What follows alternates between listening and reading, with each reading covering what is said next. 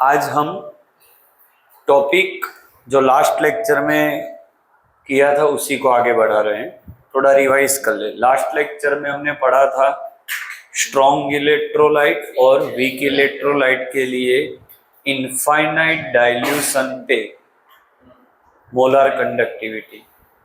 तो हमने देखा था कि भाई स्ट्रॉन्ग इलेक्ट्रोलाइट का लैम्बडा एम वर्सेस रूट सी ग्राफ स्ट्रेट लाइन आ रहा है जो y एक्सिस को इंटरसेक्ट कर रहा है, बट वीक इलेक्ट्रोलाइट का आपने देखा था स्टेपली वो बढ़ रहा था। पहले कुछ नहीं चेंज हो रहा था, फिर बढ़ रहा था।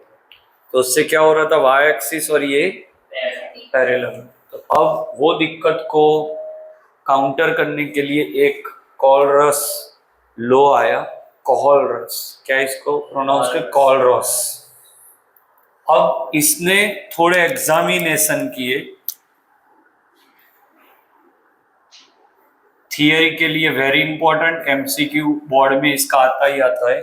उसने कुछ एग्जामिन किया कि अगर आप lambda zero KCl minus lambda zero NaCl करो या फिर lambda zero KBr minus lambda zero NaBr करो, ऐसे कोई भी Ki माइनस NaI, तो ये वैल्यू फिक्स आ रही थी बेटा, Simon centimetre square mole inverse. Examination number 1, मतलब उसने प्रैक्टिकल किए। और ये तो आप जानते हो KCl NaCl ये सब स्ट्रॉन्ग इलेक्ट्रोलाइट है। तो स्ट्रॉन्ग इलेक्ट्रोलाइट की तो स्ट्रेट लाइन आती थी ऐसे, है ना, वो जाके इंटरसेक्ट आपको मिल रहा था। वो इंटरसेक्ट वैल्यूज का इसने क्या किया भाई, माइनस, और वो वैल्यू क्या आई आपकी 23.4। अब दूसरा एग्जामिनेशन आया,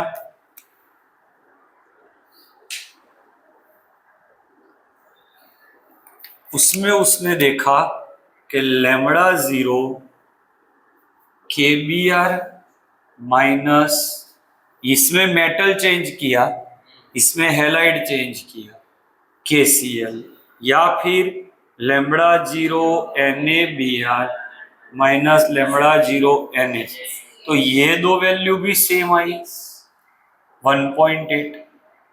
तो अब उसे डाउट गया कि साला ऐसे कैसे हो सकता है कि यहाँ पे दो इलेक्ट्रोलाइट अलग, यहाँ पे दो इलेक्ट्रोलाइट अलग, फिर भी उसकी लैम्बडा नॉट का डिफरेंस सेम क्यों आ रहा है।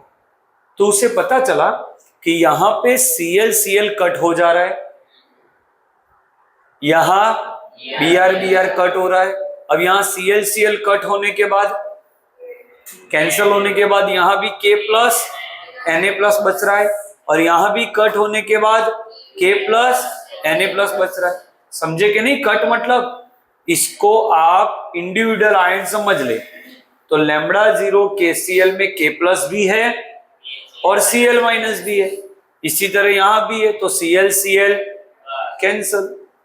सेम यहाँ ब्रोमीन ब्रोमीन, सेम यहाँ K कैंसल, यहाँ Na कैंसल। तो यहाँ हैलाइड कैंसल होने के बाद Na बच रहा है, तो दोनों टाइम Na बच रहा है, इसीलिए आंसर फिक्स आ रहा है 23.4।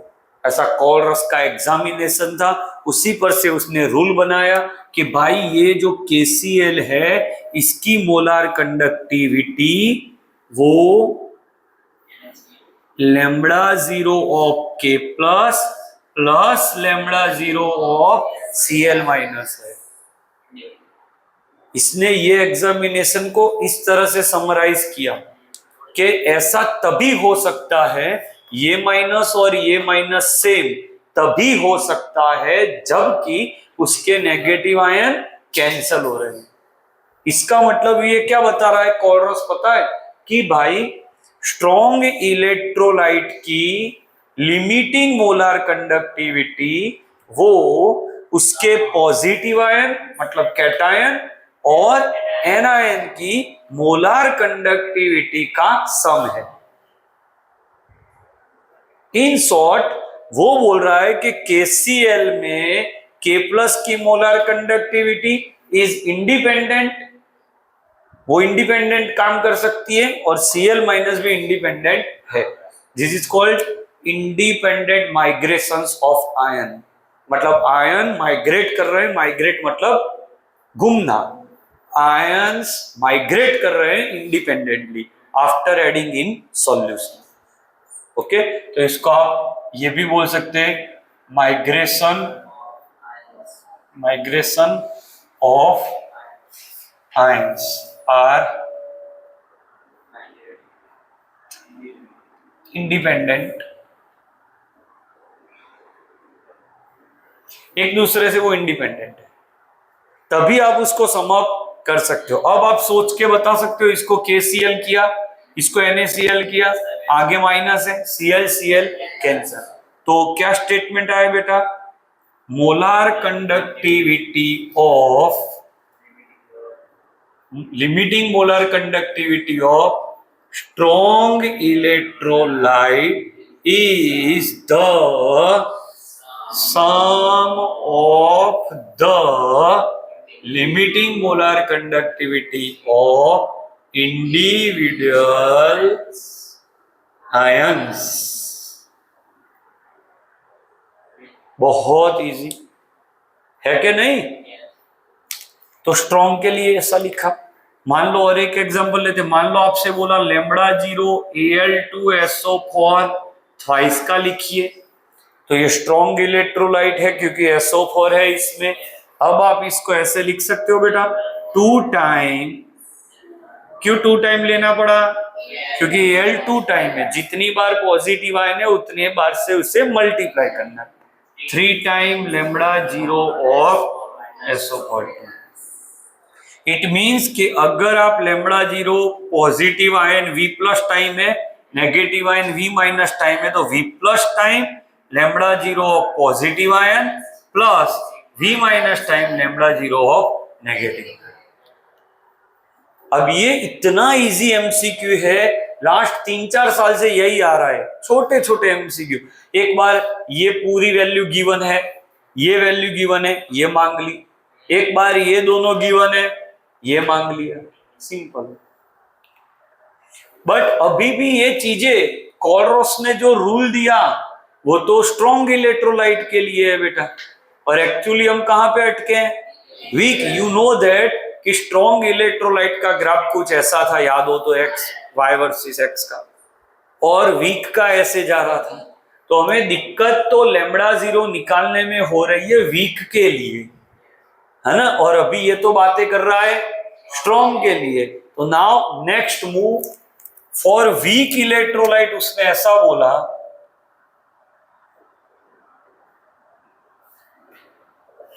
कि मानो आपको लैम्बडा 0 एसिटिक एसिड फाइंड करना है, तो इसका 2 आयन है, इसको कई जगह पे AC माइनस भी लिखते हैं, एसिटेट आयन, और ये H प्लस। अगर ये स्ट्रॉन्ग इलेक्ट्रोलाइट होता तो मैं ये प्लस ये कर लेता, ओके, अब तक की बातों से।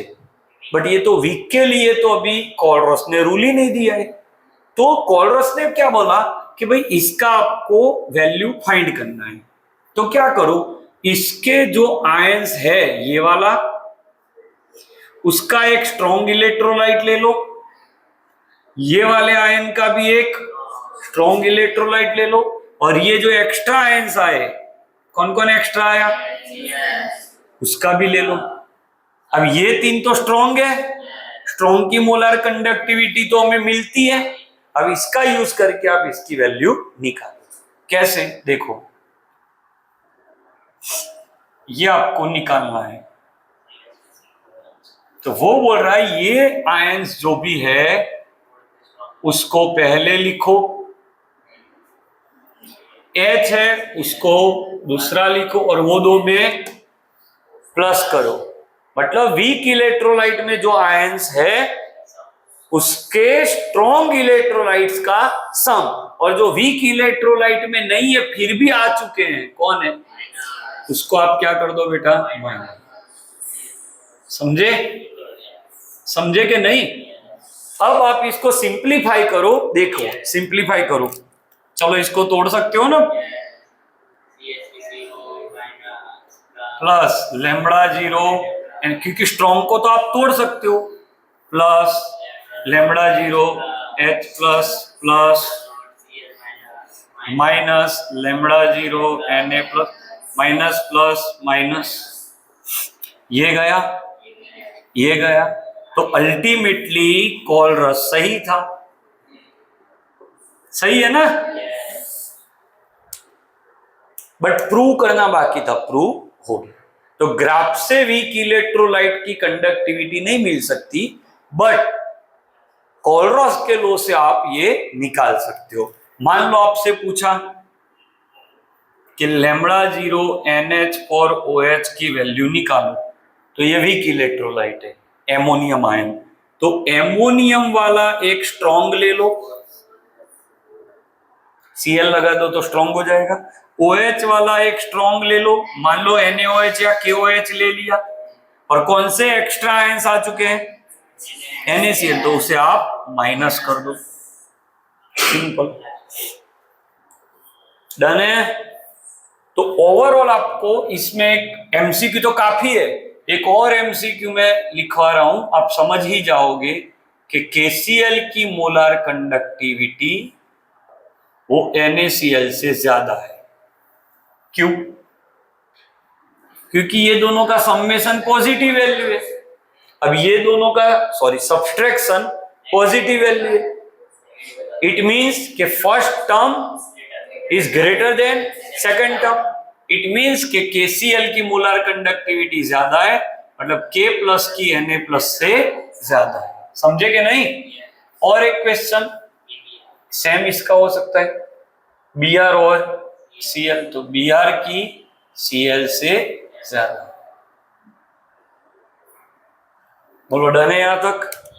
तो अब ऐसा एक क्वेश्चन बना रहा हूं मैं, आप आंसर करना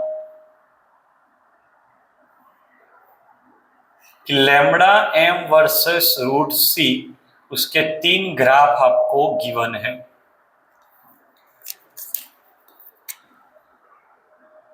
इसका नाम A, B एंड C। तो A, B, C क्या हो सकता है?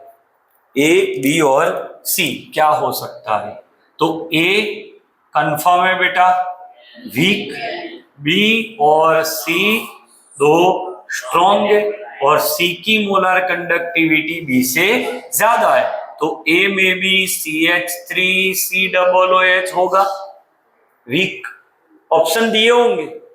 और B आपका और C, तो B आपका NaCl होगा, C आपका KCl, ऑप्शन ऐसा दिया होगा। अब ये दोनों को मैंने कैसे डिसाइड किया? तो B कम है और C ज्यादा है, तो B कम वाला कौन है? NaCl। समझे?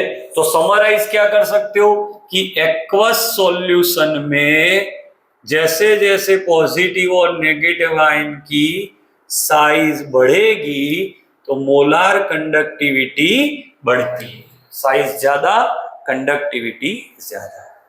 बोलो क्लियर है आज का लेक्चर? Okay, thank you.